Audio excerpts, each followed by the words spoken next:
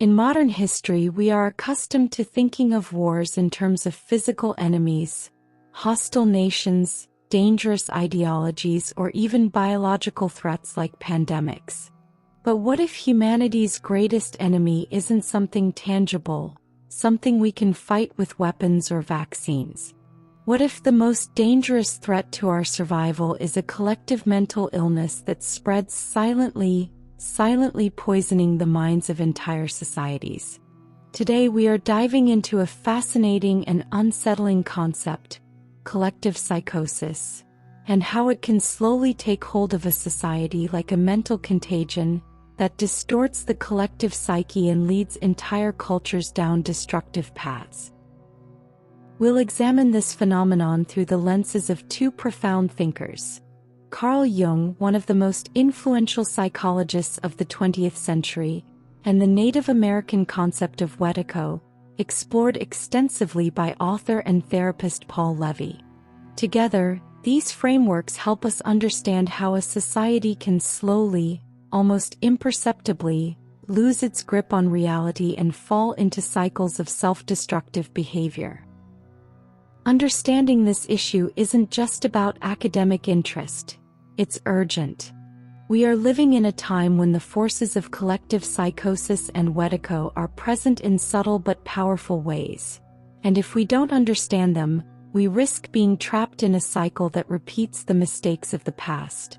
Today we'll unravel how this mental virus can spread, why it distorts our perception of reality, and most importantly, how we can begin to interrupt this dangerous pattern. Collective psychosis is a profound psychological phenomenon that affects entire groups of people, often at the most critical junctures in history. It's when a society loses its collective grasp on reality, and the shared perceptions of truth, morality, and reason become distorted. As a result, the actions and beliefs of the group begin to defy logic, plunging the society into chaos and destruction. Carl Jung, whose deep exploration of the human psyche brought many groundbreaking ideas to the forefront, was one of the first to recognize that psychosis doesn't only manifest in individuals but can extend to entire groups or even whole cultures. According to Jung, during moments of collective psychosis, the collective consciousness of a society becomes dominated by irrational forces. Fear, confusion, and misinformation rule the day, replacing clear thinking and rational decision-making. This phenomenon can be triggered by societal crises, whether political, economic, or social, and can lead to catastrophic outcomes. Jung believed that during such episodes, people lose their moral compass and can even commit actions that they would never normally consider. The strange thing is that those affected by collective psychosis often don't realize that they're living in a distorted reality. They believe they are acting out of necessity or righteousness when, in fact, they are simply being swept along by irrational forces. But where does this distortion of reality come from? How does it spread so rapidly through entire societies? This is where the concept of Wétiko comes into play. In Native American spiritual traditions, Wétiko is not just an abstract mental illness. It's seen as a malevolent, parasitic force that feeds off human negative emotions, fear, greed, and selfishness. Paul Levy, in his book Dispelling Wétiko, has brought the concept into modern psychological discourse, framing it as a psychic virus that can invade the collective mind of society. Levy describes Wétiko as something that distorts perceptions, turning people into carriers of a destructive energy that spreads like wildfire through communities, cultures, and entire nations. Wétiko spreads through unresolved trauma, often rooted in societal wounds such as racism, colonialism, or historical injustices. These wounds create fissures in the collective psyche, and when left unaddressed, they provide fertile ground for Wétiko to take root.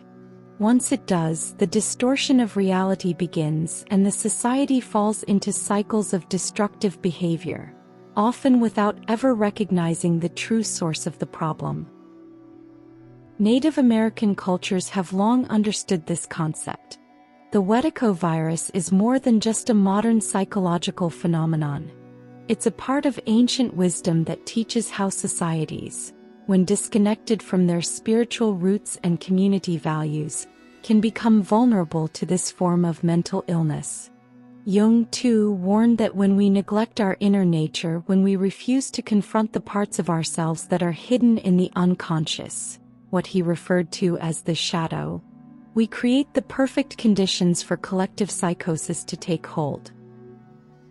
History offers us numerous examples of societies succumbing to collective psychosis, and these events provide crucial insights into how Wétiko manifests. Let's look at a few significant historical examples. The witch hunts in medieval Europe, the system of slavery, and the genocidal regimes of the 20th century. Take, for example, the witch hunts that swept across Europe between the 15th and 18th centuries. Thousands of innocent people, mostly women, were accused of witchcraft and subsequently tortured and executed.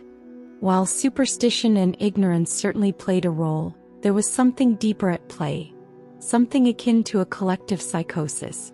People believed they were fighting a battle against evil, but in reality, they were perpetrating unimaginable violence based on irrational fears and delusions. This is where Wétiko can be seen at work. Wétiko thrives in environments where people are consumed by fear and paranoia. It thrives in environments where there are unresolved cultural traumas, such as misogyny, political power struggles, and deep societal insecurities, that provide the perfect breeding ground for destructive cycles of behavior. Similarly, in the 19th century, the institution of slavery in the United States was, in many ways, a manifestation of collective psychosis. Whole societies, both in the North and the South, accepted the brutal enslavement of millions of people as a normal part of life. This wasn't just a problem of isolated individuals committing heinous acts. This was a systemic issue, a psychosis that had infected an entire society, distorting its sense of morality and justice. And, of course, in the 20th century, genocidal regimes such as those during the Holocaust and in Rwanda were marked by collective psychosis. These tragedies didn't arise from the actions of a few madmen. They were the result of a collective breakdown of rational thinking and morality. Societies fell into delusions of superiority, nationalism, and hatred, which led to the mass murder of millions of innocent people. In these cases, the unresolved traumas, racial hatred, historical injustices, and political instability created the conditions for Wétiko to take hold, spreading the psychosis and encouraging people to commit unimaginable acts of cruelty. Paul Levy's work points to this. When societies fail to address collective wounds, whether it's historical oppression or a disregard for human life, they leave themselves vulnerable to the psychic virus of Wétiko. And as we'll see, this virus doesn't just disappear. It can linger, re-emerging when societal conditions become right for it to spread again. Fast forward to today, and we see the continued influence of Wétiko in more subtle but equally dangerous forms. While we may not be burning witches or enslaving people, we are still living in a world where collective psychosis is at work, shaping our behaviors, our economies, and our politics. In the modern world, Wétiko manifests as an insatiable hunger for more wealth, more possessions, more power. This deep hunger for material gain has led to rampant consumerism, environmental degradation, and an increasing disconnection from one another. We live in a society that prioritizes individual success and acquisition over collective well-being, and in the process, we are losing sight of our spiritual and emotional needs. We are so focused on what we can buy and own that we forget to nourish the things that matter most: our relationships, our community, and our connection to the natural world. One of the most glaring examples of modern-day Wétiko is the environmental crisis we are facing. Our exploitation of the Earth's resources is driven by a belief in limitless growth and progress. Wétiko feeds on this delusion, that there are no consequences to our actions, that more is always better, and that the Earth's resources are infinite. In reality, we are depleting our planet, polluting the air and water, and accelerating climate change, all in the name of profit and consumerism. But the effects of Wétiko are not limited to the environment. We see it in our increasing mental health crises, where millions of people feel disconnected, isolated, and overwhelmed by stress. Wétiko thrives on these feelings of alienation, when we feel disconnected from each other, from ourselves, and from the natural world. It feeds on the idea that we are all isolated, separate individuals, rather than interconnected beings who share a common humanity. So how can we break free from the cycle of collective psychosis and Wétiko? How can we stop this mental virus from continuing to infect our society? The first step is awareness. As Carl Jung said, the privilege of a lifetime is to become who you truly are. This means confronting our own shadows, the parts of ourselves that we've hidden away or repressed. Jung believed that when we fail to confront these aspects of ourselves, they remain unconscious and can lead us to act out of fear, aggression, and ignorance. The process of self-awareness and self-healing is the first step in breaking free from Wétiko. But awareness alone isn't enough. We must also work together as a collective to address the societal wounds that continue to perpetuate the psychosis. We must heal the divisions between us, between races, cultures, and nations, and work toward a more compassionate, understanding, and just society. Spiritual practices can play a significant role in this healing process. Meditation, mindfulness, and introspection help us to reconnect with our deeper selves and to recognize our interconnectedness with others. As Paul Levy suggests, when we begin to recognize the illusion of separation, we begin to heal the wounds of society and dissolve the psychic virus of Wétiko. As both Jung and Levy remind us, overcoming collective psychosis and Wétiko is not a quick fix or a solution that comes from the outside. It's a deep, ongoing process of transformation that begins within each of us.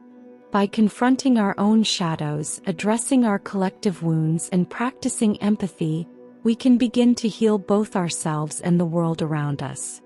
This transformation is not easy, and it won't happen overnight. But by recognizing the forces of Wétiko at work in our lives and in our society, we can begin the process of healing. The journey is long, but it's a journey worth taking. If you found this video valuable, be sure to like, share, and subscribe for more in-depth explorations of the forces that shape our world and how we can break free from them. Together, we can create a more compassionate, connected, and conscious world.